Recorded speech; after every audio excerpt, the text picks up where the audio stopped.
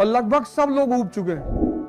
मतलब तुम अपने अपने जीवन से अंदाजा लगा लो, जो तुम अभी समाज में फेस कर रहे हो, कि इस आदमी को तुम्हारी उम्र में कितना सामाजिक विरोध का सामना करना पड़ रहा हो।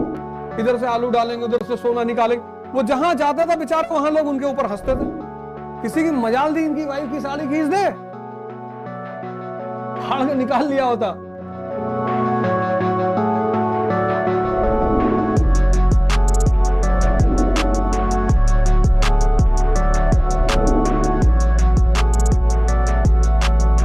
मैंने एक शब्द का इस्तेमाल किया, वो जीवन का इतना प्यारा शब्द है, बहुत, और एग्जाम्पल भी दिया तुमको मैंने, मोदी जी।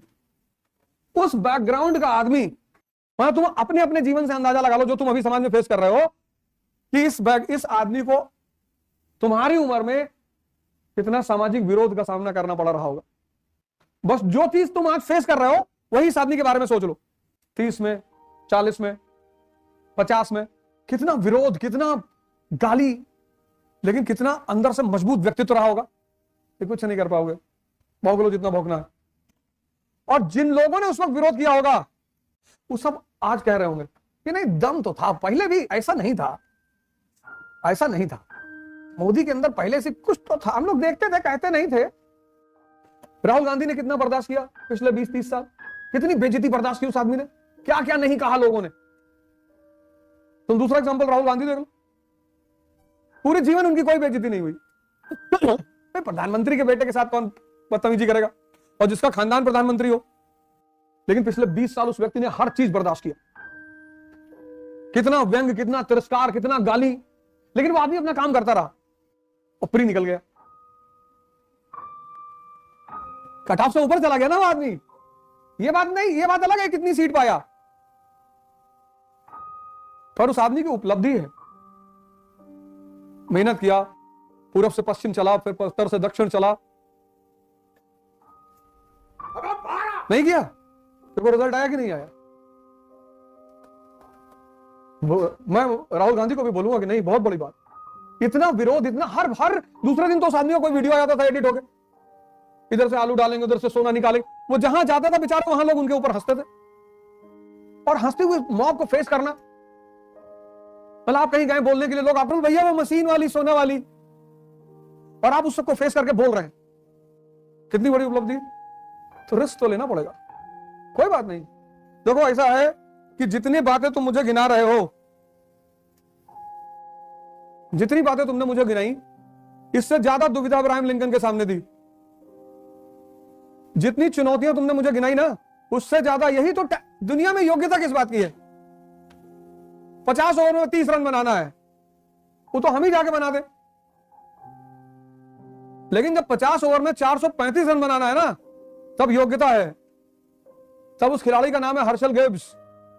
तुम्हारे पास चुनौतियां बहुत ज्यादा हैं, समस्याएं नहीं है, छोड़ने की क्या जरूरत है।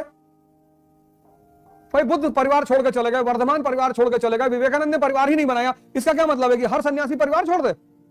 कृष्ण ने तो नहीं छोड़ा, भारतीय इतिहास के महानायक हैं, और परिवार छोड़ो, युद्ध करवाया, प्रेम, वॉर एंड पीस, दो अपोजिट चीजों में जी रहे हैं।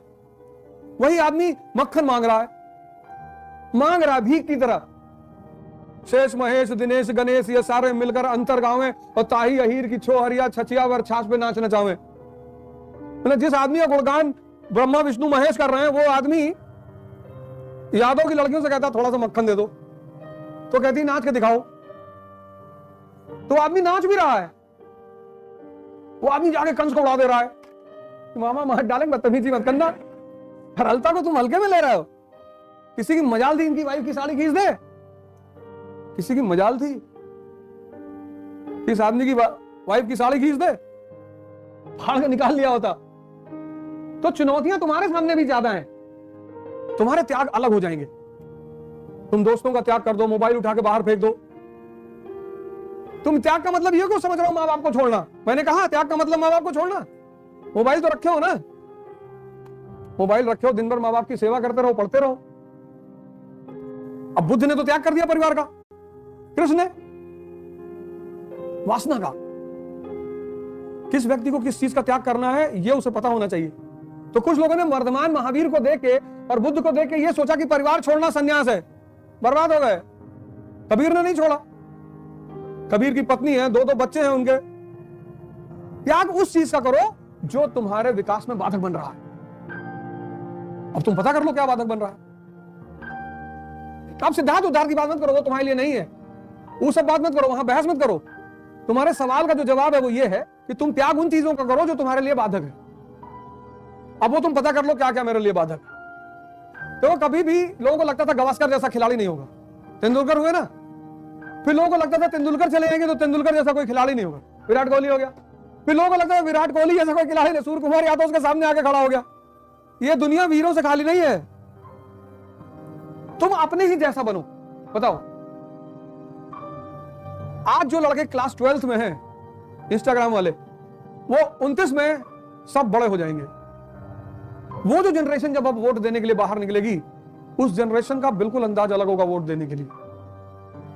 कोई चीज स्थिर नहीं होती है, बदलती रहती है। अब जो जनरेशन बाहर आ रही है, एआई जनरेशन, वो बहुत अलग जनरेशन है। ये अंतिम चरण चल रहा है जाति और धर्म की राजनीति का, और लगभग सब लोग ऊब चुके हैं। ऐसा कोई आदमी नहीं है जो ऊबा ना हो, सब।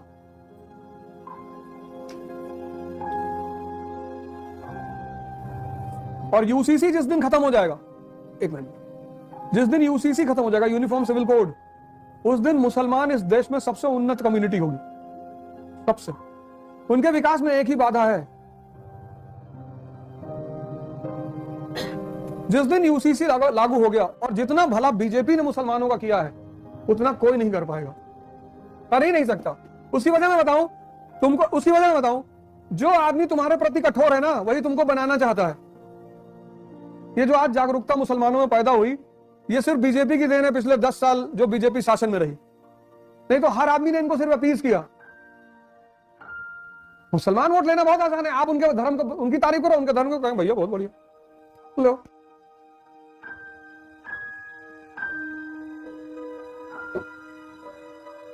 तो जनरेशन बदलेगी धीरे धीरे।